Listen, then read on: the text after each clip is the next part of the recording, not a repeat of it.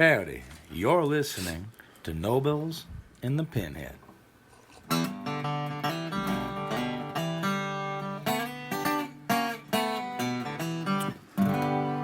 Yeah.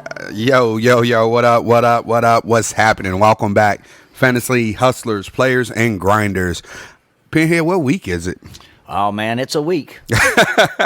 We missed last We week. missed last week. As you had taken a vacation. I did. We're coming up on the week 13. Week 13. It's week That's 13. tomorrow. We're That's doing right. this on Saturday, so That's you right. guys got to listen tonight. That's right, man. So it's beginning to look a lot like playoffs for most fantasy teams, but have no fear. Your favorite duo is here. That's right. Reggie Nobles and the Pinhead are here, and we are Serving it up hot. As always, I'm your host with the most. Most people call me Reggie Nobles, but Pinhead might say, A.K.A. Florida Man. hey. Appreciate that, man. And with me, per usual, is my man, your favorite, the Pinhead, or A.K.A. Robert Van Winkle. All right. That's right, baby, because he's, you know who that is. I do. That's right. He's ice cold today, I know baby. exactly who he is. That's cool, man. Good, man. How you been, brother? I'm good, man. I'm feeling extra silly and weird today, so we ought to have a good show. Good, man. I missed you last week, man. I know we were going to try to get one off early, man, but be that as it may, sometimes when you're trying to get out of town, man, it just so much crap arises and time just isn't your friend, you know? So, Right. I'm sorry, guys, that we didn't get to bring you guys one last week. But I would like to add that I was perfect on my picks. Putting me at the lead, I think Pinhead might have missed 3. Yeah. He might have missed 3. Yeah. I'm just saying, I think I would have been perfect. I've got the numbers, so we'll figure that out. So, man, before we hopped on the air, we was just talking about what's relevant in sports, man, and I guess we'll just chatter a little bit about that. I got some funny headlines, then we'll hop into our fantasy picks, and then we'll finish up with Week 13 NFL predictions. So, let's go. All right. All right. So, man, we were talking about NBA and what's been going on, man. They threw around the money, didn't they? They did. Russell Westbrook has left Houston to go to Washington, sending the once popular point guard John Wall down to Houston, which really made no sense to me for one team in that trade. The Hornets picked up Gordon Hayward. We was talking about that contract. LeBron signed a 2-year deal till he's 38 for $85 million. The Lakers looking good, man. Yeah. They got the same deal with AD too. Yeah. Go out and take Montrezl Harrell Yeah, I saw from the that. Clippers. Yeah. That's a big deal, man. I don't know who's going to beat them. The only team I could see that could beat them. Maybe Clippers? No, I don't think so, man. I really don't. I think if Brooklyn would come off and trade for Harden, like they've been talking about wanting to do, Houston might make that trade. They might. I mean, they seem to do things that don't make sense anyway. That's true. They are a star-driven team, though. Their fans don't support them unless they have a superstar. Rightfully so. Yeah, that's true. Rightfully so. Nobody. I mean, in today's NBA, you know, I mean, there's plenty enough talent to go around, and in a market like Houston, in a market like Houston with the nostalgia that Sure. team. Fourth biggest city in the country. Yeah, I mean, you should be able to attract a superstar there, and they've got one in James. They've had one in Russell. I mean, they've had. You know, we were talking about them letting Capella go. Yeah. How horrible is that? Yeah, there's some teams we were saying that just don't make sense when they No. make moves, and there's a lot of NFL teams that are the same way. Yeah, You know, just don't make that doesn't Yeah, make any sense. no. Why'd you do that? You know. No, man. So Cleveland Browns are about to have their first winning season possibly this week, man, since I don't know, 2004. Do we think they're good? You know what? They're winning. They're a winning. minus 21 on the year for point differential. They've been outscored by 3 touchdowns, and they're 7-3 or whatever they are. 8-2. Yeah. So, who knows? But yeah, I don't know, man. I'm not sold that they're really all that good. They run the ball really well. Yeah, they do that. You know, and I mean, I think when you can take the ball away from your biggest liability, which is, I think, Baker Mayfield. Yeah, probably. He makes a lot of mistakes. I think he can be a good player, but it's one of those things like we talked about. Quarterbacks going to certain situations where they get tossed around with different coaches every year. I mean, hell, he had 2 coaches in his first year. Mm-hmm. You know what I mean? So, you know, maybe with a little bit more consistency, he can develop, and you can make him out to be the playmaker he thinks he is. Sure. They'll probably make the playoffs. I don't know if they'll have a long stay in the playoffs, though, you know? Yeah, I mean, they will. You know, I think it's become pretty clear that we've got, in the American Conference, we've got the Chiefs and the Steelers. Are the top tiers. Sure. And then I think you fall back down to the Titans. Bills. And the Ravens. You know, Ravens lost 3 straight. We were just talking about that, you know, 2 weeks ago when we did the show. Like, that game was you know, we're going to think differently about whoever loses that game, you know, and now with them compounding it with another loss, I certainly feel considerably differently about the Ravens than I did. Yeah. Know? Well, I mean, yeah, you're right. They lost 3 out of 5. And that last window, you know, we can kind of say, I mean, they played Robert Griffin III. Yeah. Mark Ingram was out. D.K. Dobbins Wasn't it crazy? Like, Mark Ingram III, or Mark, what's his name? RG3. RG3. Yeah. RG3 completing passes to Dez Bryant at 3:30 on a Wednesday. Like, that's the most 2020 thing that could go down. Right. You know, like, what? Right. And then, you know, a few hours later, I began watching the Heels play. Yeah, not even a few hours later. Yeah, just 40 minutes later. Yeah, I watched the Blue Devils play yesterday against Bellarmine. It was Bellarmine's first ever Division I game. It was. Was that just because they needed a slot to fill? No, they moved up to D1 this year. They're in the Atlantic Sun Conference, and they Atlantic Sun. Yeah, and Nolan Smith made that happen. The coach at Bellarmine was he was at Louisville when Nolan's dad played there, and so he kind of knew that guy, and they made it happen. The guy said he thought it'd be cool for his players for their first D1 game to be in Cameron. And did they get routed? So that Duke won pretty easy, up a little more than 20 points, I think. But they just didn't have they were what you would think the first year D1 team looks like. Right, they'd won D2 national championships and stuff, you know, but they just didn't have the size. They were well coached and all that. They just didn't have size and really the kind of athleticism that you see out of a. Well, we talk about how 2020 impacts a lot of things, man. None so more than Cameron. Yeah, that's so weird. Because Cameron is, I mean, that place, I mean, you know, we talk about it all the time, how compact it is, how close the students are, how rowdy it is. I mean, it's an intimidating place to play. Without a doubt, man. And I mean, you know, we saw what happened in Michigan State. I don't know that if the fans were there, Michigan State loses that game, but I do think that there would have been a different outcome. I mean, it wouldn't help them any if you had all those guys screaming at them. It wouldn't. That's what I'm saying. Yeah. I mean, you know, we saw that in the bubble this year, where we saw players stepping up well beyond what they were doing in the regular season when they were playing in front of opposing teams' fans. You know what I mean? So it's going to be really, really weird, man. It was really weird watching Carolina play in the dome, empty, this big old dome. Yeah, was that game in Asheville? We did play in Asheville, but we played College Charleston in the Davy Dome. Yeah, that's what I was thinking of. But yeah, we played in Asheville. We played the Maui Invitational at the sunny coast of Asheville. Yeah, that's a strange thing. Asheville's a strange place. You just, I mean, I can understand you don't want to take the kids to Maui. It makes sense, right? Yeah. Why not Wilmington? Yeah. I mean, there's a whole coast on the east. I know. That's crazy. And speaking of the coast on the east, man, how cool is it that we got today at 5:30 we got BYU flying into Myrtle Beach. Yeah, to play Coastal Carolina. That man. is kind of cool, man. That's cool, man. I think it's awesome. BYU, their athletic director is doing a great job. He's basically, we'll come to you. We'll play anybody, whatever date.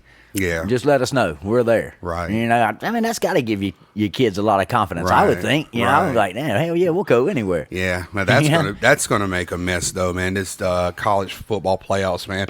You know, I was thinking about extending the playoffs in my fantasy league, just because we have so many teams that are just right there, and it's been very unfair for a lot of teams in fantasy. As you probably felt it. I know I felt it. Oh yeah, I've got 3 leagues going on, and I felt it in every one. You know, just juggling players every week. I had to cut Dallas Goedert last week, and I went back and picked him back up after he cleared waivers.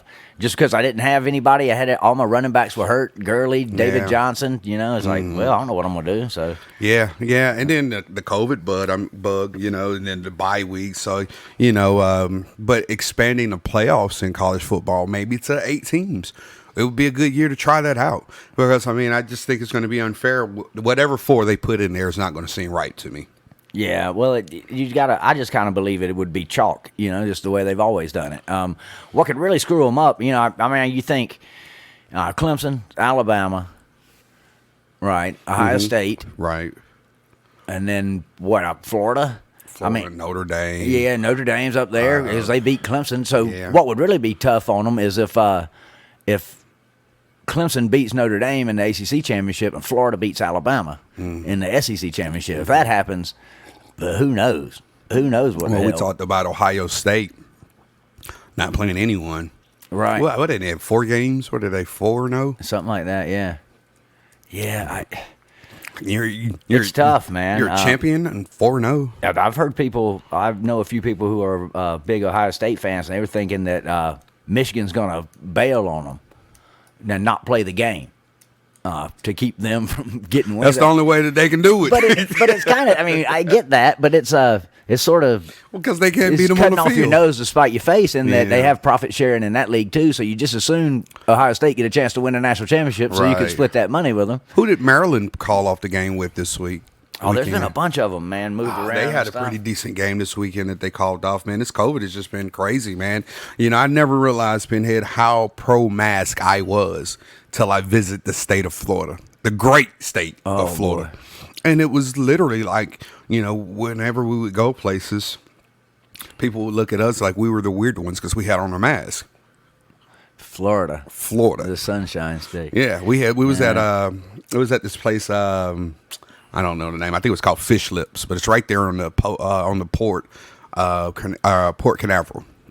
So you're sitting there, you see all the ships. There's dolphins swimming through the channel. It's a really cool little scene, man. And we get this waitress. Her name is Ash, cute chick, no mask whatsoever. And at one point, she leans over to her table and she's talking to one of the young ladies at the table. I mean, she's 7-8 inches from her. And I'm just like, Jesus Christ. Right.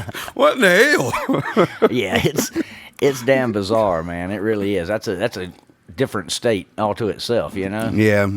But the weather was nice. We had fun nonetheless, man. Good. And we got to see dolphins, man. So That's always good, man. anyway, man, let me read you some funny headlines, man. What we I was got? looking at today while I was sitting on the couch doing a little bit of nothing, man. And get your reaction off All a right, couple of let's these. see what we got going on in the All world. righty. All right, here's one from Lane County. County to pay $250,000 to advertise lack of funds. Oh man, that doesn't seem right, does it? Nah. How do you advertise? You Yeah, pay $250,000. To advertise a lack of funds. Isn't GoFundMe cheaper than $250,000? It's free. Yeah, free. Yeah. Okay, well, that would seem a better option. I don't know. It seems like you're kind of going the wrong way there. You're going the wrong way. All right, here's one. Woman missing since she got lost. Oh, well, wonder what she was doing before that. She went missing. All right, we got another woman. What was her status before that? There's Sally. She's here. Wait, Sally's lost. Yeah. Strange.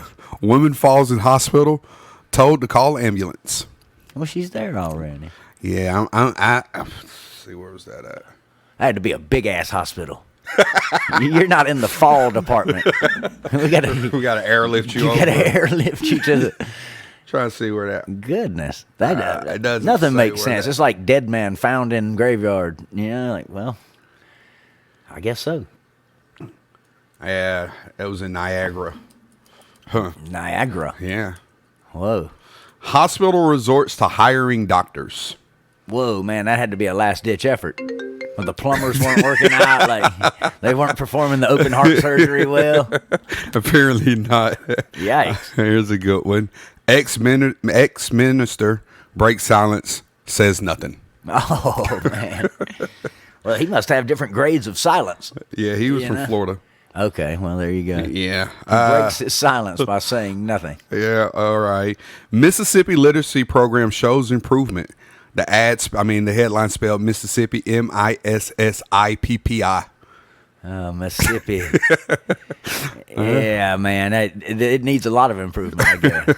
I got a couple more here. Well, they're 56 out of 50. All right. One-armed man applauds the kindness of strangers. Oh man, what does that sound like? Yeah, I saw one time. I saw a man with no arms chopping wood. That was a wild thing. I mean, he stuck the axe handle up his ass and did flips. Like a video game. It just took him a while between chops. He had to readjust. Seems like one of those weird games they have on like apps where you like pull. You know what I mean? Oh yeah, Like, yeah. Some Japanese thing. Right.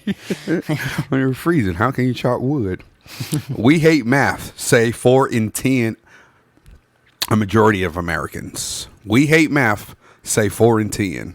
A majority. A majority of Americans. Well, Quintuplets born 15 months early. yeah, okay. That's 15. Man, they must have been really small. Really? I got one. Marijuana issue sent to a joint committee. That's a good one. I like that. To put it bluntly. To put it bluntly, you really dig this one. Midget sues grocer, cites belittling remarks. They call it midget. It's not little person. No. I've always thought little person was like the only politically correct term that's actually more demeaning than the term before. Totally agree. I'm a real person. I'm a midget. Right. I don't know. I think I'd rather be a midget. I think so too. Oh, those are ridiculous. Here's the last one. Was bank robber or he or she? And then the headline, the subtitle goes, breasts might be a clue.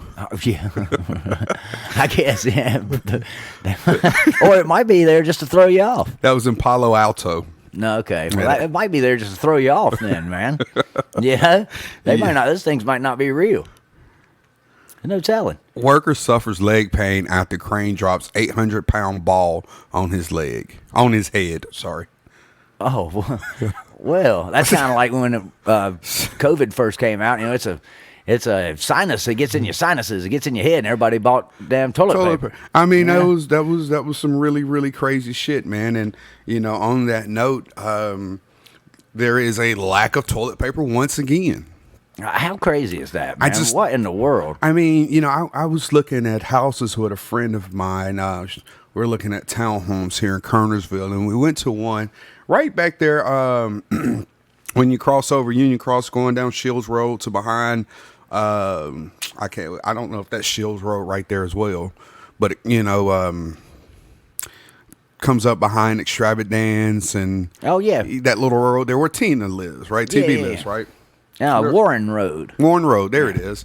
And there's those little townhome community. There's that little townhome community back there. We went and looked at one. It's cute as all get out.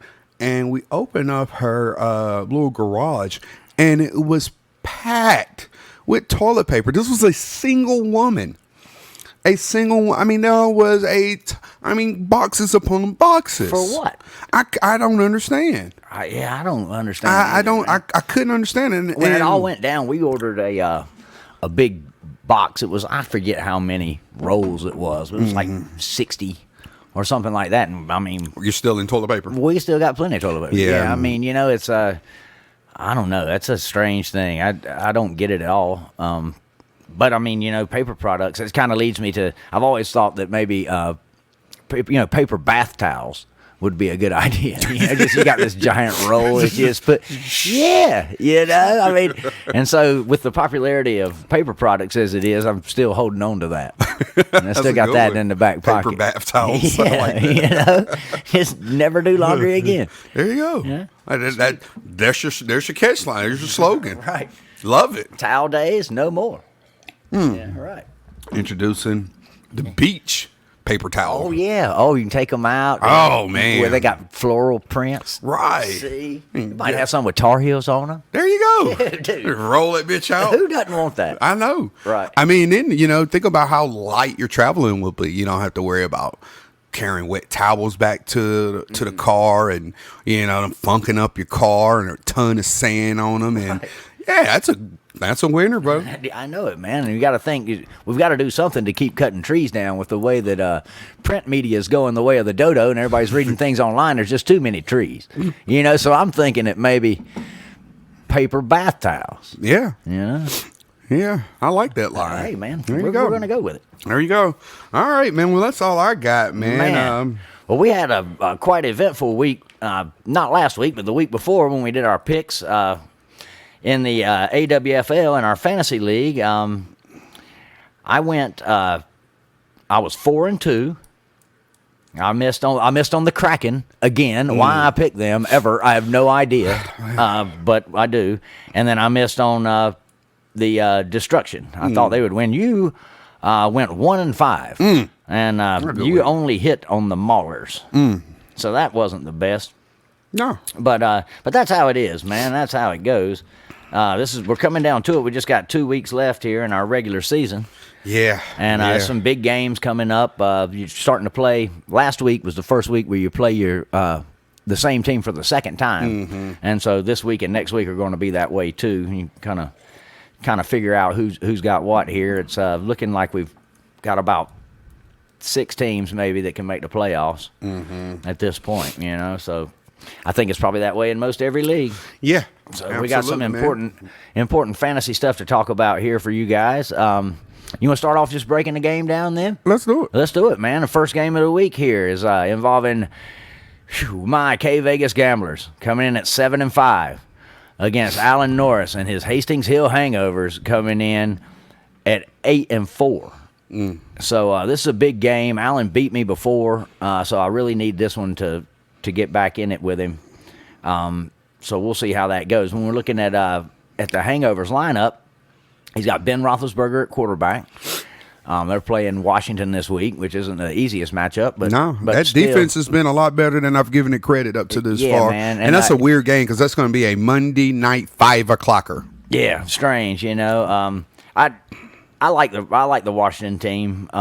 I like Alex Smith a lot. It's got if he's not Great the comeback story. player of the year. I mean, I feel bad for Ben. I would feel bad for Ben if he leads a team undefeated and is not the comeback player of the year. Well, that's what I was going to say. But he's just not. But he should be MVP if he does that. Yeah. But Alex Smith's got to be the comeback player of the year. Sure. And, I don't see any other way. All right, so we look down at the running backs for these for my opponent here this week. Zach Moss and Aaron Jones. I remember back in week 2 of the season when I played this team the first time, and Aaron Jones threw 40 on me, and that's the only thing that beat me. Hopefully that won't happen again. Looking at the receivers, Keenan Allen and Devontae Parker, that's a solid 2. He's got Robert Tonyan from the Packers in at tight end. Who's been balling as of late. That's a cat, if you guys remember, I said pick up earlier this season. He's just been very steady. And that offense, man, is just, God almighty, looks great right now. Yeah, they really do look good, man. Coming in with the Dolphins defense there. Versus a Cincinnati. Right, that's a good pretty start. Good defense right there. Pretty good start. That is. Okay, and we're looking at my starting lineups going against that bunch that we just mentioned. I'm going to go with Deshaun Watson at quarterback. I am completely unsettled at running back. I have no idea who I'm going to go with. I won't know until tomorrow probably. But right now I've got Benny Snell and Damian Harris. Benny Snell? I don't know why they're projecting Benny Snell for 6 points as Connor is still out. I don't understand that, but yeah, I don't either. He had a somewhat decent game last week against not a very stout run Baltimore defense, but nonetheless he put up 9 fantasy points, and I can see similar production against this Washington team. I think so. At receiver, I've got DeAndre Hopkins and Mike Thomas.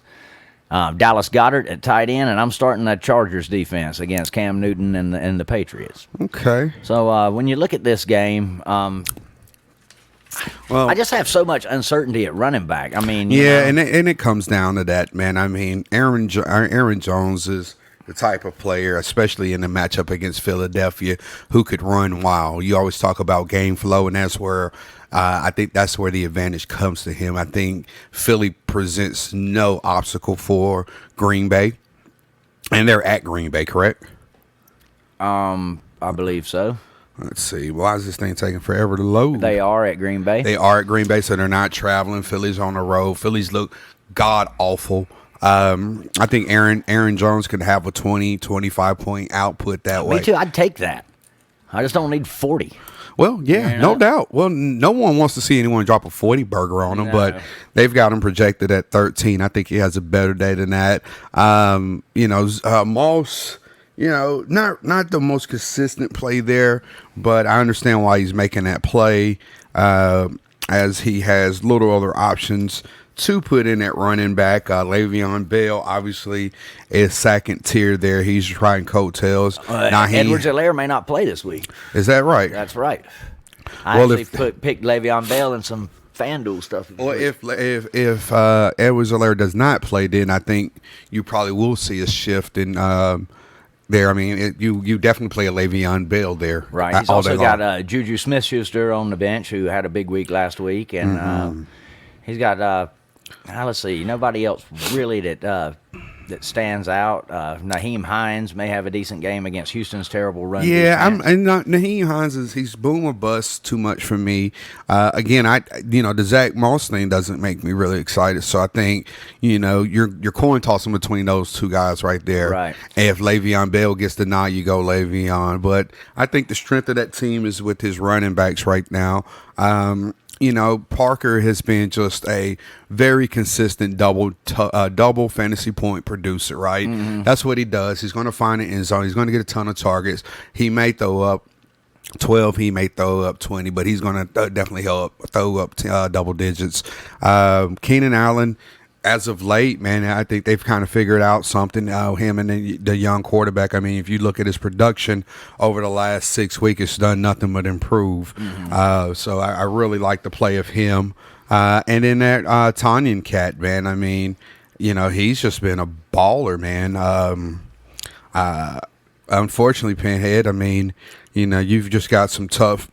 Well, I don't know what exactly. Like when we look, I'm pretty sold on Deshaun Watson over Kyler Murray this week.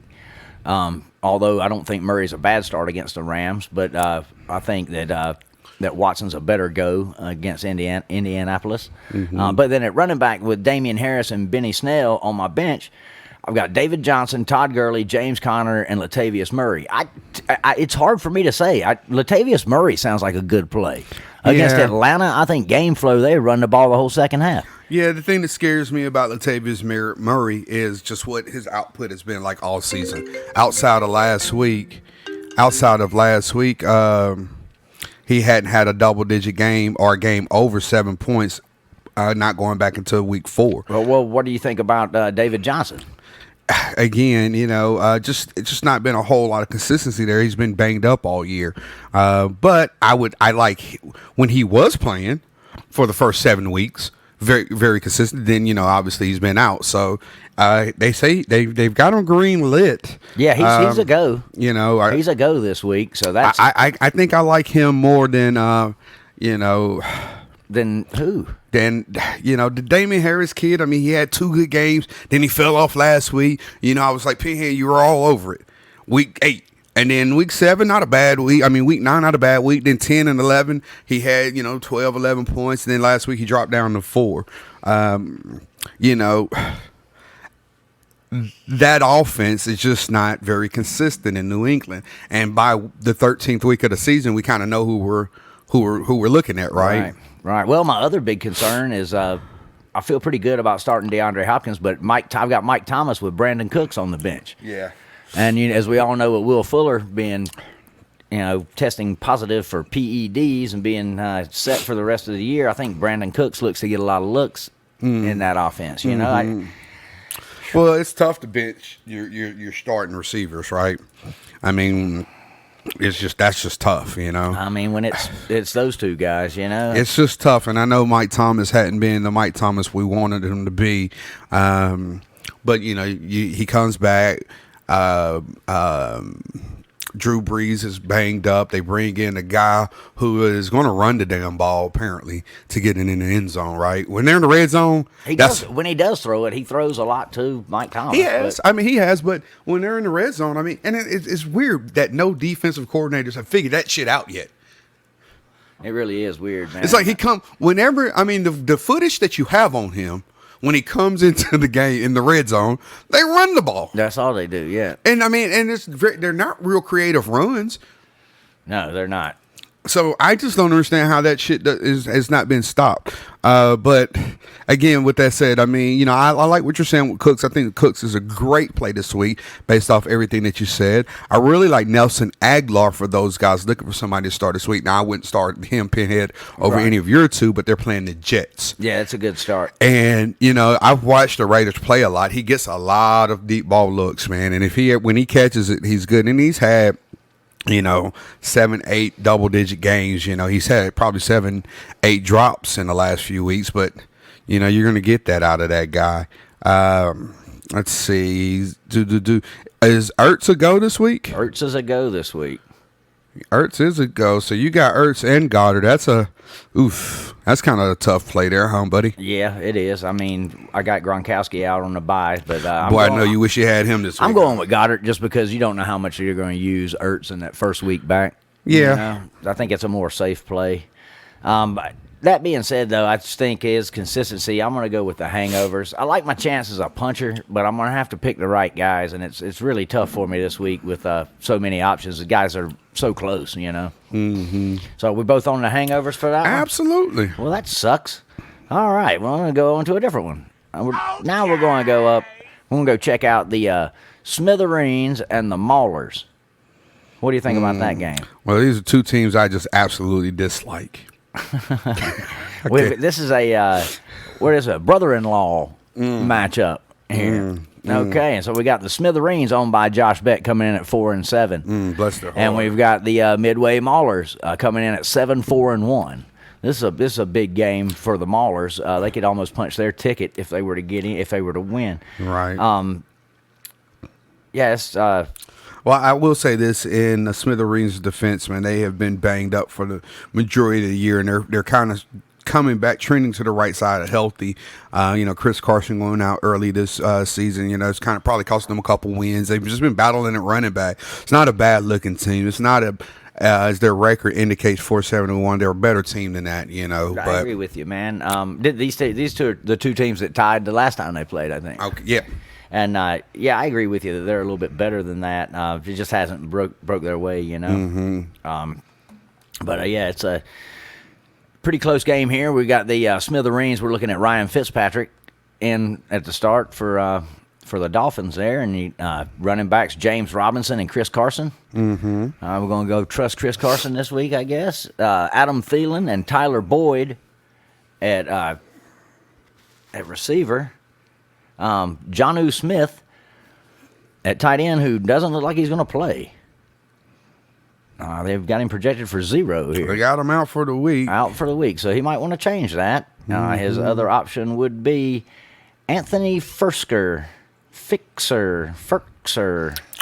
Yeah. Another Tennessee tight end, so he should probably make that change. That's probably why he has him on the roster. Yeah, and then the Packers defense. Against Philly, great play. Good play. I mean, they're guaranteed 2 turnovers. Right. I mean, easily 2 turnovers. I agree with you, man. We look over at the starting lineup going against them for the Maulers. It's Justin Herbert, Dalvin Cook and Nick Chubb at running back, Corey Davis and Jarvis Landry at receiver, Jimmy Graham at tight end, and he's got the football team's defense. What do you think about this matchup, man? Man, I tell you, man, the Maulers are a lot stronger in a couple areas, right? But not all over.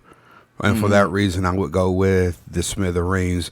I mean, I like Hubert over Fitzpatrick. I like Herbert's matchup.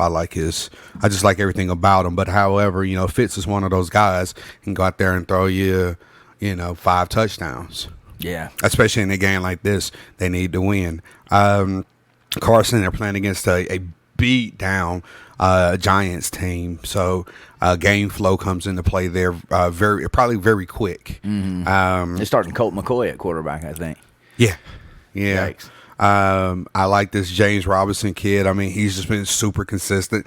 Thielen is the number 1 fantasy wide receiver in touchdown targets in the red zone. Boyd has been consistent. Not really excited with what they've got going on at quarterback there, but he's been consistent. And on the other end, man, I don't see any horrible plays here. I just, I just gonna go. I'm gonna go with, and they've got this game very close, huh? Mm-hmm. Especially when they've got it at 85-82, but the Smithereens have 4 points that they could trade in if they just take Jonnu Smith out. Mm-hmm. So the Smithereens would be a 1-point favorite. I'm going to take the Maulers just because they've been winning. I like the way his team's trending. Dalvin Cook's awfully good. Very good. Nick Chubb has been balling. Yes, he has. Those receivers are pretty hit and miss. I think that's where, if the Smithereens are going to make that happen, I think the receiver spot's probably where. Yeah, and I lost to the Maulers last week because for the first week since week 4, Jarvis Landry had a double-digit game. Mm-hmm. Yeah. Jeez. Yeah. So, I mean, he dropped 20 last week, but weeks before that, 2, 2, 0, 5, 4, 4, 6. Right. So, but hey, that's what good teams do, because Dalvin Cook last week didn't have a pretty good week. I think he missed a little bit of the game. They were playing the Panthers. He only had 7 points, so it kind of washed out, Yeah, he missed a little time in that game. Mm-hmm. Looking at the benches for these players, you see any fantasy relevant guys? I think Jonathan Taylor against Houston is a good play. Houston has a terrible run defense. Miles Sanders at Green Bay is a pretty good play. I like Miles Sanders. I do too. Wayne Gallman, I think, is a good play. Seattle can't stop anybody, and he's like the only guy they got. I mean, and that might be why it's such a bad play, right? Because that's really all they have, right? Yeah, like literally. But I mean, I think if you're in a pinch this week, that's a good matchup for him. Seattle is not. They're daunting. not great. They're not great defensively. So I mean, the opportunity that he's going to get, he's probably going to touch the ball freaking 20, 25 times. Right. Yeah. Yeah, if they could complete a pass or two and get down in scoring position, I think he's just a good play this week if you're kind of in a bind, Mm-hmm. Looking over on the bench for the Maulers, not a whole lot there. Frank Gore's not a bad play this week. No, Frank Gore's been pretty consistent. The lead back for them now. We got Julio Jones on the bench. He's still banged up, isn't he? He's beat up. Is he out? No, I think he's going to play. He was limited to practice yesterday. He's questionable. Yeah. So we'll have to see tomorrow. So. Hell, they look damn good without him last week. Yeah. Isn't it crazy how Atlanta trends? Like, you know what I mean? They're one of the most consistently inconsistent teams I've ever seen. Yeah. That's true, man. And you have no idea who they are. None. I feel that way still about the Rams too, man. Yeah. Like, I don't know who they are. I don't know what. Are they real good? Sometimes they're real good. We know their defense is stout. Right. We know that. Yeah. But that offense just struggles. So really does, man. No, I don't see any great plays there on the bench this week. Nothing doing there. All right, man. Well, let's move on. We're going to split on that one. Yeah, we're going to split on that one. I got the Maulers. You got the Smithereens. All right, we're going to move on now to this matchup between Jason Kelly and his first place Cape Fear Villains coming in at 10-2, going up against your Forsyth County Fody Foes coming in at 5-7 here. Still trying to battle up. You can still finish at 500, but I don't think that's going to get you in this year. No, but you know how our anti-tanking rule works. Do you know how that goes in it? Yeah. I'm not going to tank, so it doesn't really matter. It's a pretty good rule, though. I think it's made it fun. It's the team out of the bottom 4 that scores the most points gets the first pick. The most points that should be me. In the last 4 weeks. In the last 4 weeks. Right. Yeah. So it's a trick. I mean, you got to score as much as you can, but you still got to finish in the bottom 4. Mm-hmm. And after week 14. So that's probably pretty cool because you can't. I mean, tanking does you no good. If you tank in this league, you won't get the first pick. Right. Somebody will outscore you. So that's a pretty cool rule. Well, the 44s are the 3rd highest scoring team in the league. All right, 1, 2, 3, 4th. No, 1, 2. Yeah, we're the 4th highest scoring team in the league, and our defense, we're 1, 2, 3, 3rd, 4th against points against. So, right. We just hadn't had any luck. This year. I mean, we've outscored some teams that are going to make it to the playoffs. But scheduling is what scheduling is. Number 5 power ranking. I really like this team, but just week in, week out, man, they leave a lot of points on the field.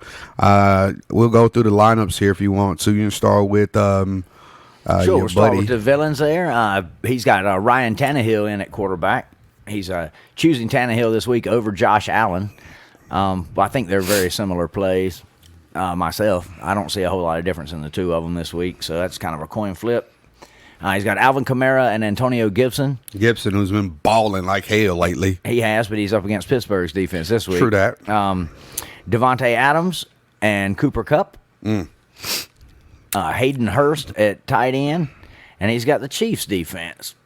Okay, and we'll look over at the lineup that you're putting out to go against that bunch. We're starting with Lamar Jackson at quarterback, and then you got Myles Gaskin and Raheem Mostert. I know you're glad to have him back. Both of them. Yeah, absolutely. And then the Cheetah, Tyreek Hill, and Tyler Lockett, receivers are the strength of your team there. Darren Waller still consistently putting up numbers. And the Ravens defense going against the Cowboys could be a good play. They've got to be motivated, man. The Ravens have really slipped of late, and maybe Dallas's poor defense could help Lamar Jackson as well. And that's what we're banking off here, man. This is, like I said, a game where we're just fighting to get back. I like the way right. your team looks this week, man. My team looks better than it has in many weeks. I mean, we're complete. All from top to bottom. We've got guys that can go out and produce a solid 7 to 10 points in position, and my quarterback finally has a favorable matchup. He should be able to run on that defense, I would think, which will help his numbers a lot because he hadn't done hardly any running this year. It's been really weird. Yeah, it has been weird. It's been one of those weird years, man. But I'm going to go ahead and pick the 44s. You can put 44s for the rest of the season because we're not just going to turn our back on our fans and I hear you, man. I like your pick chances, against the dude. I opposition. really do. I can't go against the villains. That's how they just end up winning games. I did go against them with the Juiciest Bruce's and got that upset there, but I don't know, man. It's a lot of it depends. It really does come down a lot to the quarterback battle, I think. Between Tannehill and Lamar Jackson and how that goes down.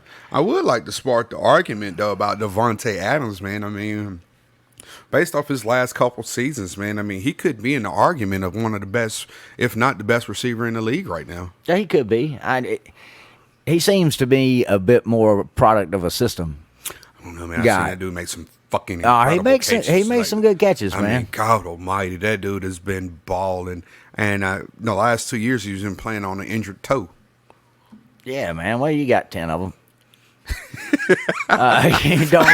Don't lean on that one. Okay. All right, then. All right, so so I got the villains. You sticking with the Fotifos. What do we see on the bench here? See any? Like we said, Josh Allen, not a bad play this week against San Francisco. Yeah, not at all, man. Claypool's a good play this week against Washington. And I don't think there's going to be a whole lot going on, but that kid has been targeted in the red zone specifically more than any other receiver in the last 4 games on that team. Hunter Henry has just been a baller, man, and I've been not starting him, but the last 3 weeks he's found the end zone, so he's not a bad play this week. And Colts defense, man, there's always an opportunity to get a turnover for a team that's not running the ball well. They're throwing the ball a lot, and I think Houston, which while you're probably playing Watson, he's going to throw the ball a lot, right? Yeah, I agree. So, yeah, man, I think that's going to be a close game there, bud. Good luck to you. I hope you win. All right, man, we'll move along here to Twyla Beck and her Twizzle Twats coming in at 4-8 against the Dega Bobo Dega coming in at a flat 6-6. All right, this is a heck of a matchup here, man. We've got for the Twats, we've got Taysom Hill in at quarterback, Austin Eckler and James White at running back, Allen Robinson and Amari Cooper at receiver, Dalton Schultz at tight end, and the Eagles defense, which, God almighty, against Green Bay. She plays them every week. Yeah, she does. She's played the Jets a few weeks this year too. Yeah, okay. When we look over at what the commish is going to bring against her here this week, Kirk Cousins. I like Kirk Cousins a lot this week against Jacksonville. Yeah, I do, man. I do. Who knows with that guy? He's just so inconsistent. Well, he is. J.K. Dobbins and Kenyon Drake at running back. A.J. Brown and C.D. Lamb at receiver. Travis Kelce at tight end. And then the Steelers' defense. I feel like you got to kind of like the bodega on this one. Just because of Taysom Hill, we still don't really know. How he's going to do. I think Cousins has a good week. I think Travis Kelce and the Steelers' defense are a big bonus for him. Yeah, Kelce, A.J. Brown, Dobbins. I'm sorry. Mm-hmm. Those are all great plays. Kirk Cousins should have a 20-point game. I can't say the same for Tyson. Right. He might have a 14, 15-point game like he Right. did last week. Mm-hmm. And there's the rub. I will say, though, looking at this team's bench, one play that she has played consistently, one player that she's played consistently, and she chose not to play this week is Jamal Williams, who I would play against the Eagles over James White. Yeah, I would too, man. I would definitely make that call. I know. James White had a pretty decent game last week, but I think that's the exception, not rule. Yeah, and you kind of look at game flow. If you expect the Packers to get out early on the Eagles, then you could see a good bit of Jamal Williams. Mm-hmm. Okay, and we'll look and see what we think here on the bench. Not a whole lot for the Twats. No, David Carr is not a great start. I know they're playing the Jets, and that does seem to be attractive maybe in like a daily fantasy league. Mm-hmm. You're looking for a 25-point player, but I don't know if he's a consistent enough start in a must-win situation, especially when you got Cousins going up against a Jacksonville team that has lost more games, they've lost 10 in a row. Mm-hmm. Yeah. Right. So, I'm on the bodega on this one, man. Yeah, I think I'll rock with you. Yeah, man. It's I think it's a pretty. He has a sizable advantage, but it could go south on him too, man. We don't know what C.D. Lamb's going to do, really. He's only had a few really good games. Right. Kenyon Drake is he's hit or miss like crazy. Yeah. So, all right. Well, that's that though. We'll move on. We'll move along here to the fifth game on our slate. We're looking at Dawn Holloway and the Dawn of Destruction coming in at 7-5 against the also 7-5 Juiciest Bruces, coached by Cameron Miller. This is a big game here. We're looking at the top of the standings here. This is a big one. Russell Wilson coming in for the Dawn of Destruction at quarterback. You got to like that. Got to love that matchup. Duke Johnson at running back, which is not as good this week with David Johnson coming back. You pretty much figure that Duke will be relegated back to that second back. But with the loss of Will Fuller, I think you see a little more of Duke Johnson in the slot as a receiver. Mm-hmm. So it may not hurt his production as much as you think. I just don't think it's going to come the same way as it has been. Josh Jacobs here, who at running back, who seems to have an injury. Now they're projecting him for 0 points, so that's not good. Robert Woods at receiver, and Mike Evans, who is on the bye. So we guess that let's see who we can put in for that. Terry she's McLaurin. probably going to play Scary Terry there. Yeah, Terry McLaurin, she'll put him in, I'm sure. And then at running back, her other choice would probably be Cam Akers. Yeah, who actually looked good last week. Yeah, he did look pretty good. So that makes it a little stronger, Yeah, he's had 2 pretty good weeks coming back off of his injury. I think they've kind of slowly implemented him back into the offense. Week 10 he had 3, week 11 he had 7, and last week double digits at 14. I think against Arizona he can find some running room. Definitely good play this week. I like him more than the 5.7 points they're projected. I can see him getting 60 and a score, maybe 12 points. Mm-hmm. I agree with you. We've got Logan Thomas at the tight end, and then the Rams defense. All right. I mean, as this sits, without the way it sits, I mean, obviously I got to go with the juiciest Bruce here. But there are a couple things here that scare me. We don't know what Clyde's going to do. He didn't practice yesterday due to illness. Well, the juiciest Bruces, they're happy to have the Chiefs back. They're starting Pat Mahomes Right. at quarterback. I think that's what you do against Russell Wilson. That's kind of the formula to beat the destruction. Is if you can match what Russell Wilson does, you usually have a pretty good idea. Yeah. David Montgomery and Clyde Edwards-Helaire, he is dinged up. I think you got to monitor that just to see what goes down. Yeah. DK Metcalf, Calvin Ridley, T.J. Hawkinson, Justin Tucker is his kicker, and the Saints defense at 8. Yeah. I mean, again, no Mike Evans, Scary Terry be playing the Steelers defense this week, even though he's better than a 0. The 8.7 that they project him might be a high there. So if he gets you 8 points, you're glad with it. Wouldn't expect anything scary out of Terry. I think there's just more boom on the other side. DK Metcalf is playing against the Giants. Mm-hmm. I mean, that dude can go out and have 25 points. Oh, he can have as many as he likes, but I guess that kind of goes for Russell Wilson too. And, Matt Nagy will be playing the Lions this week. So David Montgomery, they played the Lions in week 2. His second highest scoring game outside of week 12 was in week 2 against the Lions. So Montgomery's a solid play this week. And God bless Patty Mahomes and the things that my stepson can do. I mean, the kid is just a beast, man. They're playing Denver. That's a rivalry game. That's a division matchup. It's not going to be close.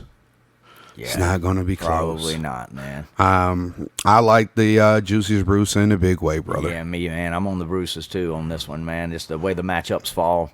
I think you got to kind of be on the Bruces here. Yeah. See anything on the benches there? We've already mentioned a good bit that for the destruction. Yeah, I mean, again, Cole Beasley has been implemented into the Bills' offense. He's had, pretty consistent season. You look at the numbers. I mean, he's only had a handful of games where he wasn't 8 or more. I don't love him this week, but I mean, in a pinch or a bye week play, think he's a solid play. But outside of that, I don't see much. I agree with you, man. All right, well, I guess we're going to move along to our final matchup here in Week 13, with only one more week to go after this. We're looking at Mr. Rob Sneeden and his Rob Zombies. The Toilet Bowl. Going up against, he's 4-8, going up against the Kernersville Kraken, who are 2-10. So these teams badly need to score points, because they are going to be among the bottom 4, and picking first is good. So we'll look at the Zombies. Aaron Rodgers at quarterback. I don't really see how you go wrong there. No. Melvin Gordon and Chase Edmonds at running back. Stephon Diggs and Mike Williams at receiver. Eric Ebron at tight end. And the Vikings defense. And we look across the way here at what the Kraken are going to do. He's got Matt Ryan in, which, he always does. I don't know. I think you definitely start Jared Goff against Arizona. I don't know, man. But Goff has just been so inconsistent. Because I've got him in another league, man, and I've got him. He had 5 points last week, and I actually won. I had to play him because of a bye week, right? And an injury, and to Drew Brees, and a bye week for whomever I had, and he threw up 5. All right, 5. Matt Ryan, quarterback. Then we've got Ezekiel Elliott and Derrick Henry at running back. Great backfield. Justin Jefferson and A.J. Green. A.J. Green found the end zone. I still don't think that's a reason to start him this week. Right. Noah Fant at tight end and the Cowboys defense. Yeah. What do we think about this game, man? Yeah. It's hard to looking at these teams to say that the Kraken's not the better team, right? Because they clearly are. Better backfield. I mean, Zeke and Henry versus Edmonds and Gordon. Duh. Diggs and Williams and Jefferson and Green. I think that kind of washes out. Jesus Christ, man. I'm going to go with the Zombies, though. I am too. They're not picking they're not Kraken. the favorite. I'm not picking the Kraken the rest of the season. I mean, yeah, why would you? Every time I do, I've picked him a lot, and he's only won, two games, right? Yeah, I mean. Well, you were right twice. I was right twice. Like a broken clock. But, I mean, damn. With those running backs, man, especially with as hot as Justin Jefferson's been, you think he'd just be better, Well, were these? We just hadn't seen this team is good enough to have had some opportunities to trade. God Almighty. I mean, he's got Kareem Hunt, who he could have dealt weeks ago to try to strengthen up quarterbacks. I know. I don't think you would have been opposed to listening to an offer from Kareem Hunt during some of the weeks that you've had in your backfield. You've got two good quarterbacks. Yeah. I totally would. I put it out there. I said as much. I put out 2 different deals toward him and told him, like, I'm willing to work on whatever. We can, if you just open a line of communication, we can figure something out. I've tried to reach out to him, man. And I got nowhere. I was stonewalled. So, Yeah. So I guess he can go with, those quarterbacks. Well, he told me that he's been seeing someone, so maybe his focus is on that and not fantasy football, as clearly his record indicates. Yes, truly. It'll be interesting to see where he ends up picking. First. There's no telling. Second. Top 4. Top 4. I think top 4 is all you can say for positive right now, because if he doesn't score well in these last 4 weeks, yeah, and he won't get shit. Okay, but that's it, man. We disagreed on the Maulers and the Smithereens. We disagreed on the Villains and the Foes, and that's that. All righty, man. Well, we're going to take a short break, man. We'll come back and we'll talk about NFL football, Week 13. All right, and we are back, baby. That's right. Nobles in the Pinhead, serving it up hot. Now we're going to talk about the National Football League, Week 13. We'll start it off with the New Orleans Falcons. We had to start off with a review of how we've done. Oh, you want to do that? That's right. Well, I guess it makes sense. We made our picks 2 weeks ago, and we just keep up with our season stats. I went 8-6 2 weeks ago, and you went 6-8. And so 2 weeks ago, let me explain. Apparently, my mind was on vacation. I went 1-5 and 6-8. I just had a horrible display 2 weeks ago. It didn't help you, man. No. I extended my season lead to I'm 84 and 41, and you are 77 and 48. Oof. So we got a few more weeks for you to catch up. You're gonna have to start going against me some. Yeah, well, we'll figure it out, man. So we'll figure it out here. We'll right the ship this week, man. Where the Nolan Saints will be at the A, where they are a 3-point favorite. Over under is 46 points. This game's Sunday at 1:00. Looks like Drew Brees will still be out, and Taysom Hill will be calling the snaps there. The Saints are 9-2. They've won 2 straight since Brees has gone down with the rib injury. 8 in a row. And that's going back since the last time they played the Falcons. I don't think anything changes. The Falcons, though, have won 3 out of their last 5 since. Well, we don't really know who they are. Sometimes they look really good. Last week they looked damn good. Right. Against the Vegas Raiders. Yeah. Would you have picked them? No. Even if you would have picked them, would have thought it would have been 46-7 or whatever? No. Maybe like a smidge, like they pull it out late minute, but run all over them. But you're right. It's hard to say who they are, but I don't think that they have enough for this Saints team. I don't see anything challenging here. Division game. Hill's seen this team a million times, so the lack of preparation that he has had, I think, will be outweighed with the coach and assistants he'll be getting from Sean Payton. Yeah, well, the Saints are just a better team, more consistent. I'm with you on this one because they're just better all around. When we see New Orleans at their worst and Atlanta at their best, can we imagine that Atlanta team beating that Saints team? Absolutely. Mm-hmm. But it would take something like that. If both teams bring their A game or both teams bring their B game, whatever, the Saints win. As long as they're just a more polished bunch, I think. Absolutely, man. The Saints have won 5 of the last 6 meetings, and their interim coach, Raheem Morris, was quoted saying this team has absolutely owned us. Yeah. Yeah, well, that doesn't bring a lot of cheer to the locker room. No, Yeah. I mean, I'm sure he probably said some older shit, but that's what got quoted. That's a line, man. So, all right. Bing. All righty. So next we've got, let's see, we've got the 4-7 Detroit Lions at the 5-6 Chicago Bears. The Bears are a 3-point home favorite. Over under is 45 points. This isn't going to be a great game to watch here, Pinhead. I mean, you would like to say that it's been a NFC North game. It should be some hard-nosed football, but we haven't really seen a whole lot of that out of both of these teams consistently. I think Trubisky will be getting a nod. I think Matthew Stafford will be back starting. With all that said, the last time Nagy had a dominant win was against this team, and I think that continues this week. Yeah, man, it's a tough one. I don't feel like I still really know who the Bears are. I'm not sure they know who they are. But they seem to have the roster if they would commit to the run. I think we say that about every week. But commit to that, they should be able to beat this team. So yeah, I'm with you on the Bears, man. I mean, the Bears started out 5-1 at one point this season. I know.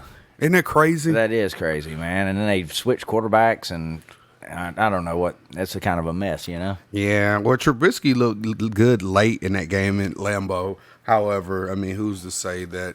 I mean, those were just garbage time points, but I don't think he's going to have any issues here. With Detroit. And then plus Detroit just cleaned house. Matt Patricia got fired. They fired their GM. Yeah. Bob Quinn. So, I didn't think that kind of makes for a dangerous team in a way, though. It kind of does. Yeah, it sort of well, does. A lot of players were quote saying that, Patricia, when he came in, right off the bat, they didn't like him. He came in with this hard-nosed way. We know how to win, and this is how we win. Right. Coming from that Belichick school of thinking, and it only works if you're Belichick, right? Right, because you got to be thinking, like, who's this we? We are the Lions. Right. We don't know nothing about winning. Like, our city does nothing but lose, right? Like Detroit. It just is, no disrespect to Detroit, but it's just not a place that I would want to raise kids. No, me either. So they've got offensive coordinator Darrell Bevel, who's going to be their interim coach for the final last 5 games. And again, I just don't know that that's going to work out well for him. But let's mosey on over to our next 1:00 game. Bing. All right, man. This actually might be a better game than many would have thought it would have been coming into the beginning of the season. You've got the 8-3 Cleveland Browns facing at the 8-3 Tennessee Titans. The Titans are a 5.5-point home field favorite, and the over-under is 53 points. Vegas thinks there's going to be a lot of points in this game, and so do I. What's going to be really fun about this game is it's going to be like what I hope we would have saw in the last game we talked about, hard-nosed football. Both of these teams run the ball extremely well. Both of these teams have really good offensive lines. So, I mean, we should see just some fun smash-mouth football. We don't have to lean on a whole lot of quarterback play here. It's just going to be some tough football. I'm going to take the Titans at home. Even though the Browns are probably one of the hotter teams in the league right now, they're still Cleveland to me. Well, and that we were talking about before we went on the air, that they have this good record, but they've been outscored by 3 touchdowns on the season. Yeah. So I'm with you. I'm with you on the Titans, man. They just seem to be. It seems like if it's going to be that kind of game, that Derrick Henry's going to make a difference. Yeah. He just seems to. Yeah, Derrick Henry is on pace to take his second rushing title back-to-back, man. This kid is a baller. Yeah, he got lucky that Dalvin Cook missed a week or two. Yeah, he did. But yes, he is a baller, no doubt, and he's clutch. That's. I think we're both on the Titans on this one, man. Yeah, Derrick Henry's got 1,257 yards on the year, man. That's pretty incredible. 12 touchdowns.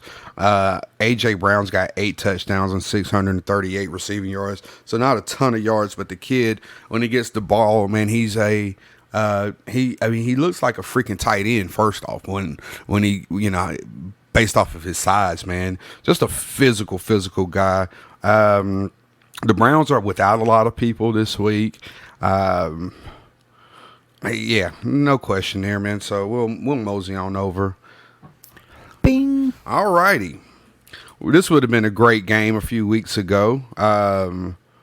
We've got the 2-8-1 Bengals at the 7-4 Miami Football Dolphins. The Dolphins are an 11-point favorite.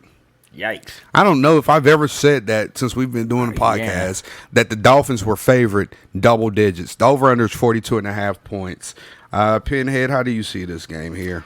Well, I like the Dolphins to win because of all the uncertainty with the Bengals offense. I don't know if I like them to cover. That seems like an awful lot. But I think with Fitzpatrick in, I think he does give them the best chance to win. I think he's still a little more developed for sure than Tua. So I'm going Dolphins, man. Yeah, I agree with you, man. I don't have to go Dolphins here. I mean, it comes down to the quarterback play. You got Brandon Allen versus Fitzpatrick. Yeah. I mean, Brandon Allen. Right. I don't know anything about the kid. I know he played last week. I can't tell you where he played college. I mean, I don't know much else about the kid. So I do know though that the Dolphins are in contention with taking their first, perhaps clinching their first AFC East title since the early 2000s, which will give them their first playoff berth since 4 years ago. So. We'll see, man. I think this game should be no contest. I actually kind of like the points. The Dolphins' defense is pretty good. I think they can do some things that can confuse a young quarterback, especially a young quarterback that nobody knows anything about. So true. I agree with you on that, man. And I like that Flores guy. Yeah, he's all right. He's likable. Hey, I mean, they've been doing what they're supposed to do. So, all righty. Bing. All right, man. Over to Jacksonville, who are 1-10 on a 10-game losing streak. At 1:00, we'll be facing the Vikings, who are 5-6, coming off a great win against my Panthers last week, a game they should have lost. Rarely do you see a team score two defensive touchdowns and lose a game. But be that as it may, they are a 10-point favorite at home. The over-under is 51.5 points. As Vegas thinks there's going to be a lot of scoring in this game, I tend to agree. Earlier when we were talking fantasy football, you like Kirk Cousins in this game a whole lot. And I think that that's very logical, especially when we look at what the defenses have given up on Jacksonville's size. I mean, they give up 420 yards a game, almost 300 yards in passing.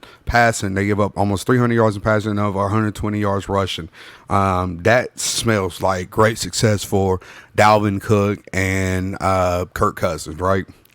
Yeah, doesn't it? I mean, yeah, I agree with you. And while the Jags are kind of a similar team in that they run the ball with Robinson a lot, they kind of go about it the same way. I just think Minnesota goes about it in a better fashion. Yeah, they're just a better football team, right? I mean, they haven't lost 10 games in a row. Yeah. I mean, the Jags give up 29.5 points a game, and they average 20 points a game. That's why they're on a 10-game losing streak, and it's a little closer on the other side. The Vikings average 26.5, and they give up 27.7. So, I mean, they've lost a lot of games that they should have won. I don't think there's going to be any contest in this game. I agree with you, man. Bing.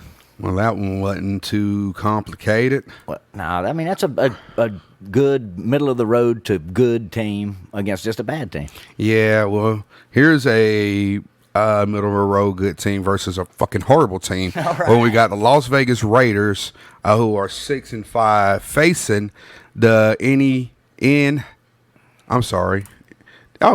New York Football Jets, Jets, Jets. Vegas is an 8-point favorite. Over under is 47. Points. The Jets' average day score, they're averaging 13 points a game. They're giving up 30. They're giving up over 400 yards a game, over 111 yards rushing. One thing that Vegas does really well is run the ball. They're giving up almost 300 yards passing. Vegas is passing the ball 250 yards a game. I mean, this smells like a blowout to me. I love 8 points, even though they are traveling across the country to get there. And I kind of like the over. Yeah, I feel you, man. To me, this seems like the game that the Jets could win. Okay. You know, I mean, Well, it does. We just saw the Raiders, get Throttled. mollywopped by a team that we don't know that is any good, really. At one point, we agreed that we thought they might be the worst team in football. Right. So, yeah, man, I'm going to go with the Jets, dude. They're getting Darnold back this week, which doesn't mean anything, I know, but I love the logic. Well, doesn't mean anything, but I like to know that he's coming back. right. He's not any good. But Frank Gore is still Frank Gore. It just seems like there's some fairly proud athletes on that side of football too, and we've only had 2 teams ever go winless. Ever. So I mean, or go with this many games. Right. With 16 games. So I'm going to take the Jets in the upset, man. Gotcha, bitch. Okay. Well, man, that could get me one closer back. It could, but it could push you further It away. really could. It just smells like a game that the No, Raiders could lose. I at some point I agree with everything that you said. They're going to win a game. It seems like it, They're going to win. They actually almost beat the Patriots. They should have beat the Patriots. God, they should have beat the Yeah, Patriots. well, I mean, they don't seem like the winless Browns or the winless Lions they teams. average 13 points a game, though. Yeah, that's not a lot. God, I mean, Yeah, that's pitiful. I throw out some other offensive stats here that they're not incredible. Their offense averages 289 yards a game. That's 190 passing and 97 rushing. Yikes. Yeah, and they're like I said, their defense, gives up 400 yards a game. Yeah, that's yikes. I mean, Not the best. they're here. Their last 5 games, they played Miami 20-3. Then they played the Chargers actually pretty close, 24-28. The Patriots 30-27. Kansas City beat the doors off of them 35-9, and it wasn't that close. And then they actually played Buffalo pretty good last week at 18-10. So you might be on it, man. I mean, but the key is keeping the Raiders out of the end zone. If they can keep the Raiders under 14 points, they've got a chance. Right, really. Yeah, maybe they'll get lucky and score a little bit more. Who knows? Yeah, But it's just a feeling I've got. That's all. I still think the Raiders are. I mean, obviously they're a better team, but just history kind of teaches you some things that Right. it's just not going to happen very often. A team go winless. So I'm going with the Jets. What the hell? All righty, let's move on over. Bing. All right, we got the 7-4 Indianapolis Colts at the Houston Texans, who are 4-7. The Colts are a 3-point road favorite. Over under is 50.5 points. Both of these teams are a little streaky at best, but it seems that the Colts are actually been in position to finish games when they need. I mean, they give up a ton of points, but somehow they miraculously pull it off. They're giving up 23 points a game versus 27 points a game. I like the road team this week. I think Phillip Rivers has been bothered by a foot injury. He's going to play, but one of his teammates came out and said that it's a bad injury. Anytime you have a quarterback of his age with a bad injury, kind of concerns you. But the Texans just hadn't done enough, in my opinion, defensively to worry me. I think you talked about JT earlier. I think he can have a pretty good day. I don't know, man. It should be a fun game, though. I mean, there's a lot of points to give up here.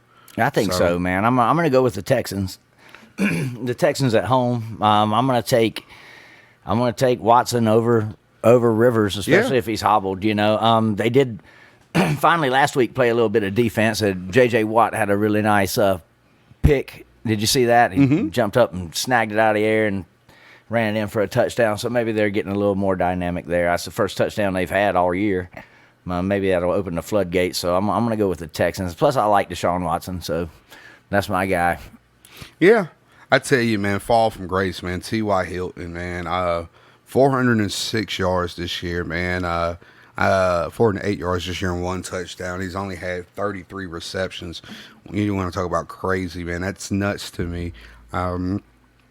Seeing that Phillip, has thrown almost 3,000 yards and only less than 500 of them have gone to T.Y. Hilton. Yeah, it's pretty bizarre, man. I don't know what that deal is. Yeah, but okay, so we're splitting on that game. Absolutely. Okay, here's a fun game.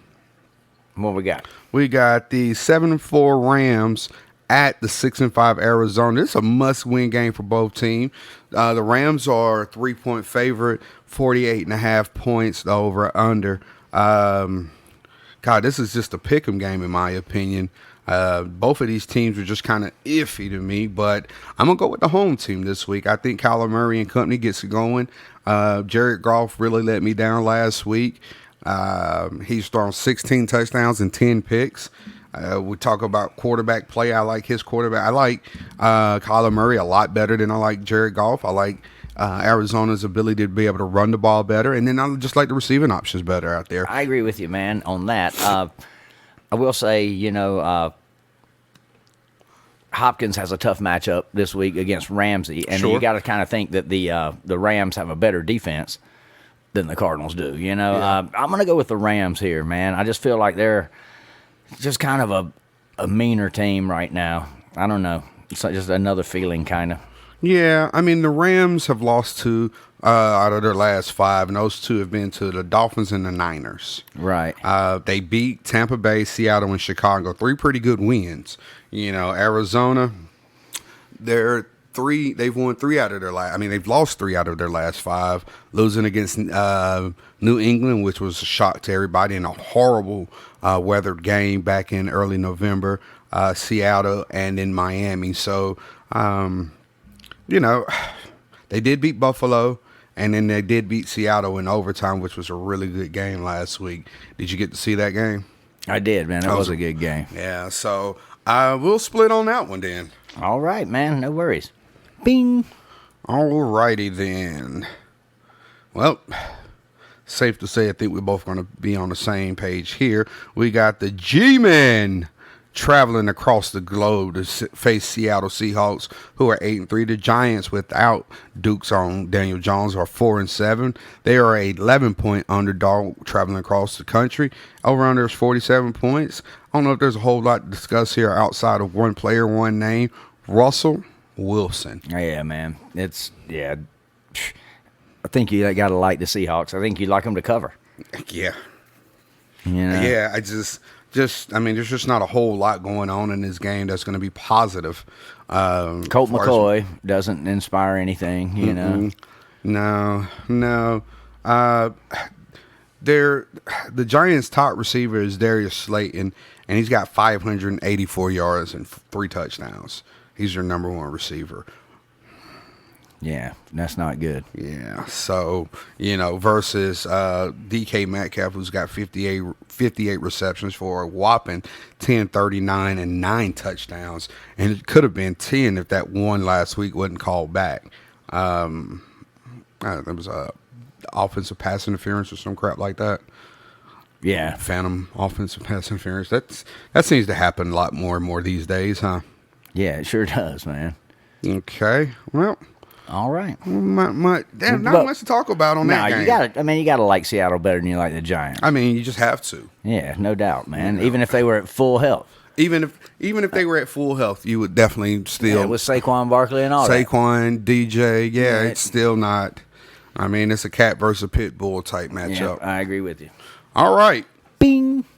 Well, this game actually has more implications than what the record says. As says it's the 3-7-1 Philadelphia Eagles will be facing Green Bay at Lambeau.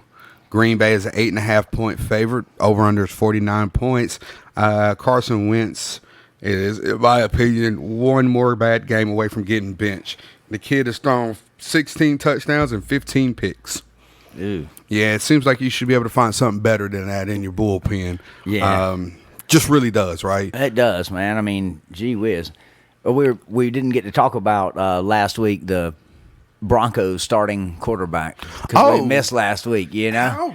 How effed up was that? Did you hear where they asked the league if they could sign their 2 offensive assistant coaches who were former quarterbacks and they were going to play them and the league turned them down? Yeah, but then the league also allowed the Thursday night game to be played 150 hours later. Yeah.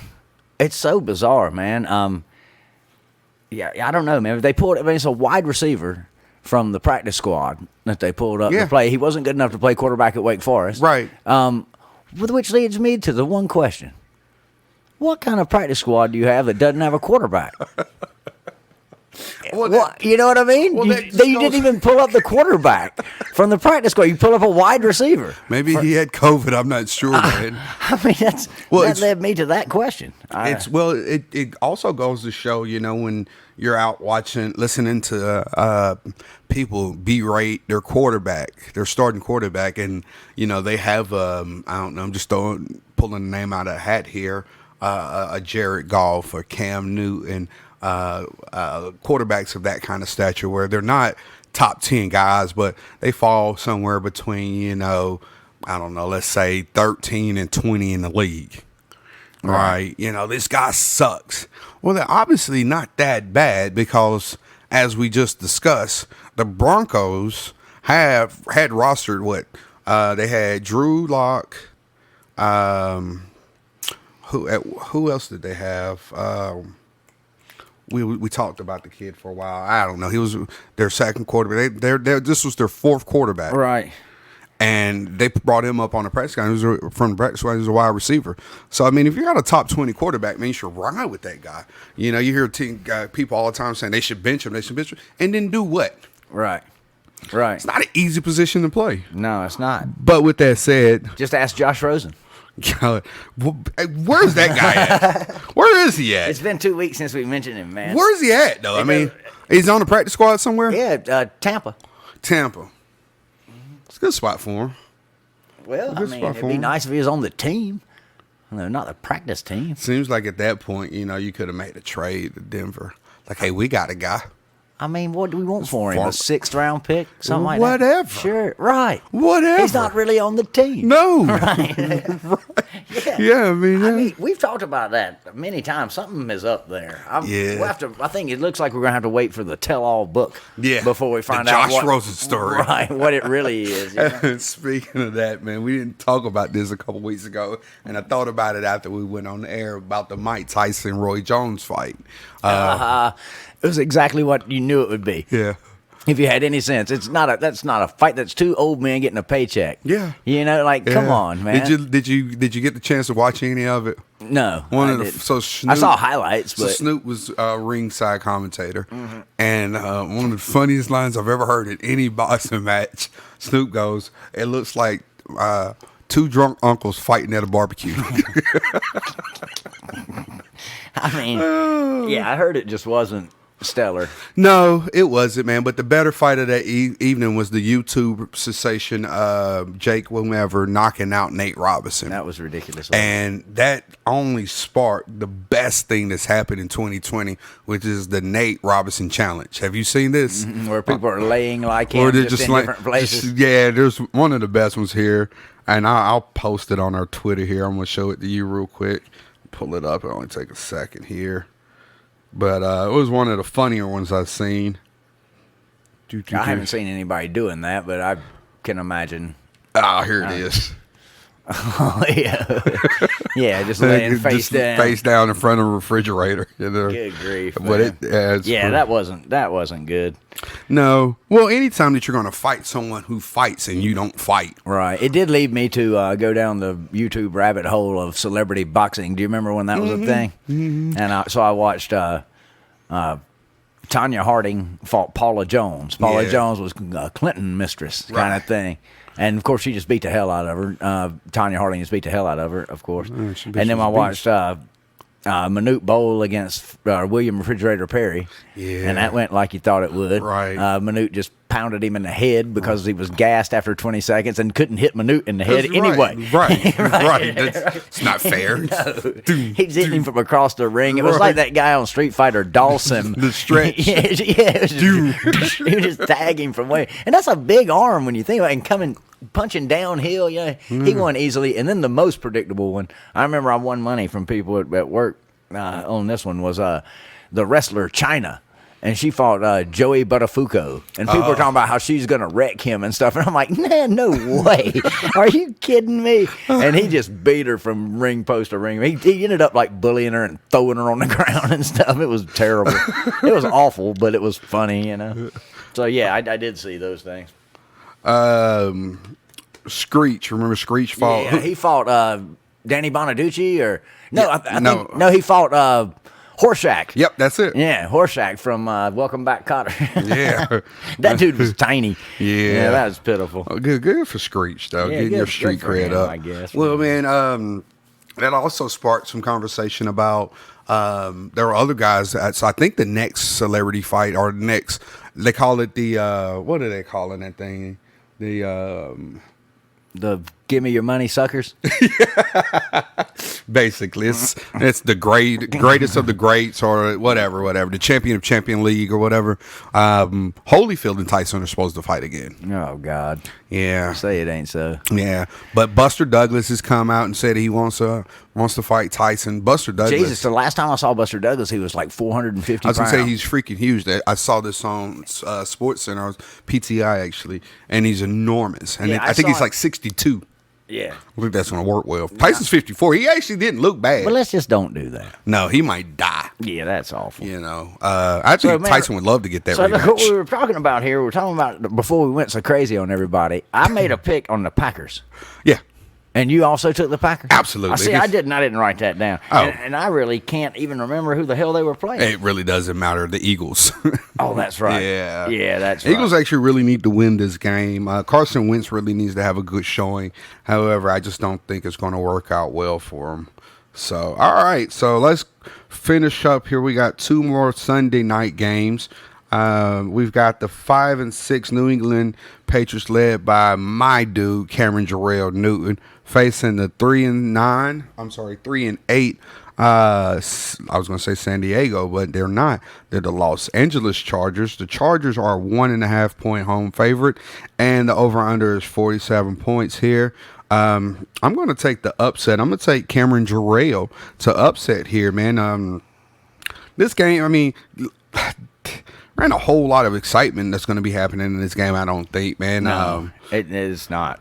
Cam, speaking of quarterback play, is throwing for 1,900 yards, 4 touchdowns, and 9 picks. Not the best. Yeah, that's not good. Yet it does seem that the Chargers have a bit more of an explosive offense. Absolutely agree. But it also seems like they know how to piss a game away. Well, that's the biggest thing with the Chargers, right? Yeah. If it wasn't for Atlanta, the Chargers would be all the talk as far as being able to piss a game away. Yeah, they've had Tampa Bay on the ropes. They had they had another good team on the ropes and pissed it away. Well, hell, they could have beat Carolina. But in essence of fairness, I'm going to go with the Chargers at home just so that we can disagree on another one. I'm going to give you another chance to make up your deficit here in the last few weeks. Plus, that seems like a good chance to take. What a good sport you are. Well, I think they can flat just outscore New England. Well, they could. It could happen that way, But And I'm just betting with I'm just going with nostalgia here, baby. all righty. Bing.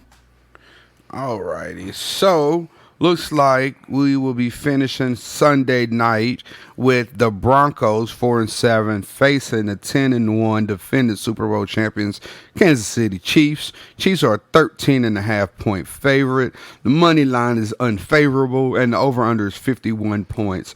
Who's going to be starting quarterback here? Let's see. I don't think that matter is going to sway either one of our picks, but I'm just looking this up. It's Drew Lock. Drew Lock will be back under center.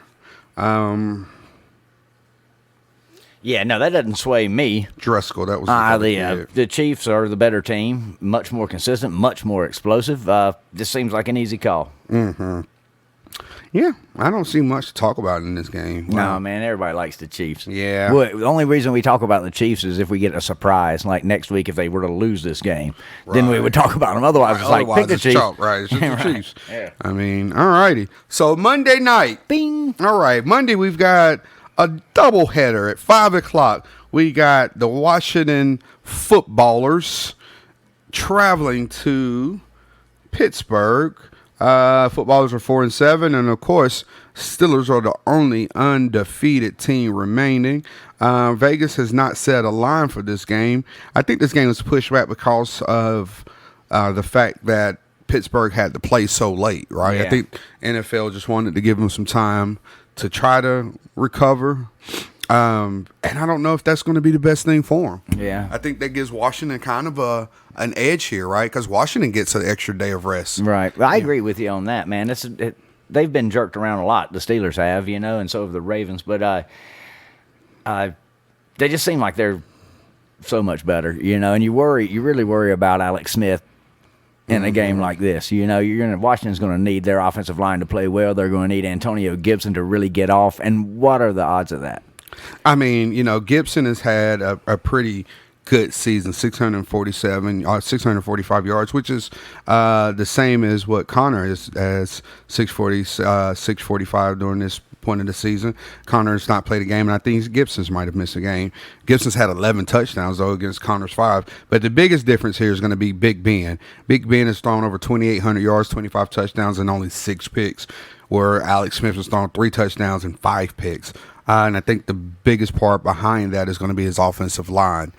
Clearly, they're not protecting quarterbacks there in Washington. So I just think even despite the fact that the Steelers are going to have an extra day rest, and so will the footballers, the Steelers are just too good of a team right now to lose this game. And they're at home. Yeah, man. Maybe if they were traveling. Maybe so, but yeah, I think the whole world's on the Steelers right now, man. Yeah, it's hard to go against them, man. Truly. Monday at 5:00. Though I do like a 5:00 Monday game, though. I really do. That'll be fine. I do. All right, so All right. Bing. let's talk about the marquee Monday night game where we have the 8-3 Buffalo Bills facing the 5-6, trying to be healthy 49ers, who will be a 1-point favorite at home. Over under is 47 points. I'm going to talk about Buffalo, man. Did you see the University of Buffalo last week with 5'9" running back Jarrett Patterson? No. Did you see this guy? Jarrett Patterson had himself a game. Oh, yeah? Last week he goes for 409 rushing yards. Wow. The second most all time, and 8 touchdowns. I figured it out in AWFL leagues. It was 85 points. Damn. The guy scored. Damn. Yeah, look out for that guy. 5'9". Yeah. Wow. And explosive. He had all kind of long ass touchdown runs in that game. I mean, it was insane. Watching his highlights of that game is awesome, man. It's 409 yards. So this game is going to be played in Arizona? The Bills and the 49ers? Yes, 49ers. would Oh, get yeah, this, because temporary San new home. Francisco's on lockdown. That's right. I did not know that. Yeah, that's right. Who you like here, man? Man, I mean, I don't know how the Niners are a favorite here. I wonder that myself, man. I'm Maybe on those Vegas. Bills. Maybe Vegas knows something that I don't. I really like the Bills, but God Almighty, that seems weird to me. It does. Yeah, they're a 1-point favorite. Wow. I guess I'm going to take the Bills to upset. Yeah, I am. Is that too, an man. upset? Yeah, no, not really. Especially not playing in San Francisco. They have to travel too. They both have to travel, and So- I guess San Francisco has been there for the last 3 weeks, but who knows? All righty. Well, not to be outdone, we've got another delayed game. This would be Tuesday. We've got the 3-8 Dallas Cowgirls at the 6-5 Baltimore Ravens. And again, this game doesn't have a line yet. I think these lines will be coming, man. Ooh, it's a big game for Baltimore. Well, it is a big game for Baltimore. Baltimore needs to get off the snide, right? Yeah. You know, Dallas. I don't know. Dallas is just Dallas, man. I mean, Dallas has lost four of their last 5, only beaten the Vikings, and actually what was a really good-looking game for them. But since then, they've only managed to score 19 points, 9 points, and 3 points, making their average points per game a measly 21. I mean, and I think they're going to have to score more than 21 points to beat the Ravens. The Ravens, on the other hand, have lost 4 of their last 5 as well. They've played better competition. They played Pittsburgh. They played Tennessee, New England. They've played Pittsburgh twice, and the Colts, who they actually beat. But in those games, they were actually competitive. In one of those games, they lost in overtime. I don't think this game would be close. Anything under a touchdown is a lock. All right, man. Well, I'm with you on that, man. I like Baltimore to halt their losing streak here and to get back right a little bit against the Cowboys. I hope they do anyway. It never gets old watching Dallas lose. No, it doesn't, man. And it's really weird, though. I mean, you know, that division. Let's see. So you've got the Eagles playing the Packers. You've got the Giants playing the Hawks. You've got the Cowboys playing the Ravens, and the footballers playing the Steelers. No one in that division should win this week, which means that the one that does has a tremendous lead right. in that division. Yeah, that's a big leg up. Yeah, that's a good point, man. None of those teams should win. I would think that Dallas might be the most likely. Yeah. Yeah, if the Giants were at home, then they could have a reasonable chance because Seattle will be traveling across the country, right? Yeah, and they're right. weak defensively. Right, but and Philly just can't get out of their own way. Well, they can't stop turning the ball over. No. We saw what Carson Wentz has done. You know, they can't get out of their own way. Yeah, I would say maybe the Redskins have the better chance of winning. The football team, Rich? That's what I meant to say. Yeah, right. That's what I meant to say. Yeah, maybe, man. Dallas is just bad. It seems like of all the units in that whole division, that Washington's defense is the best unit. Well, doesn't it? All the units, yes. Yeah, of all the units in the whole division. That's the best unit. Yeah.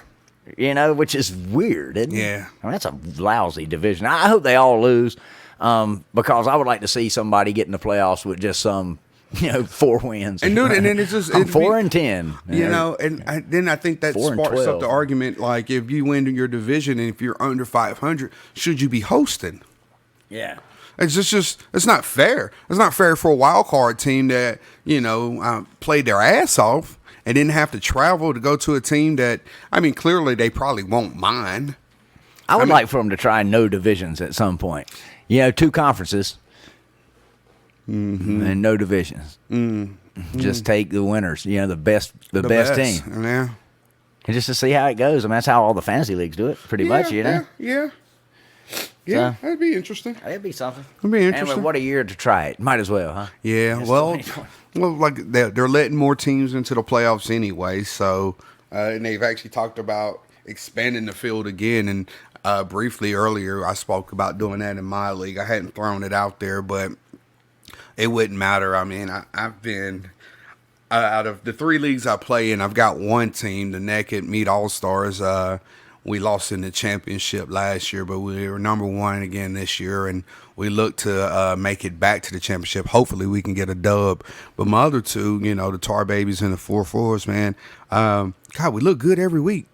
We're competitive in all the right statistical categories. Yeah. But the W and L one, Yeah. we're just not good there. Yeah, it's been tough on you, man, for sure. Yeah, right? but we'll be all right, man. So. Well, that's it, ladies and gentlemen. Well, man, I'm looking forward to a good Meow, week. meow, meow. I'm sorry, go ahead. No, I say I'm looking forward to a good week of football, man. It should be, man. I mean, and quite honestly, despite everything, man, I mean, it has been a little bit weird, not being able to get up with all my Panther buddies to watch the game every Sunday. But the games have nonetheless been entertaining. Yeah. So, I think it actually works really well watching it at home. because until they do like a pan over, you don't really notice that there's no fans there. You know what I mean? Yeah. With just the ambient sound that they put in the background. So it works pretty good, man. I'm excited for to see how I do this week, as I took a big step back 2 weeks ago and see if we can make up some coverage there. I mean, make up some ground, buddy. So I hear you, man. well, man, got anything else you want to add to the fine folks listening? No, man, just I enjoyed it, man, and hope everybody enjoys their games this week, man. Good luck. All right, man. Don't forget to subscribe to our podcast. Share it to your friends. You know where you can find us anywhere. You can download podcasts, Facebook, Twitter, Instagram, you name it. We're there. For my man Pinhead, this is your boy Reggie Noble saying peace. Cheers.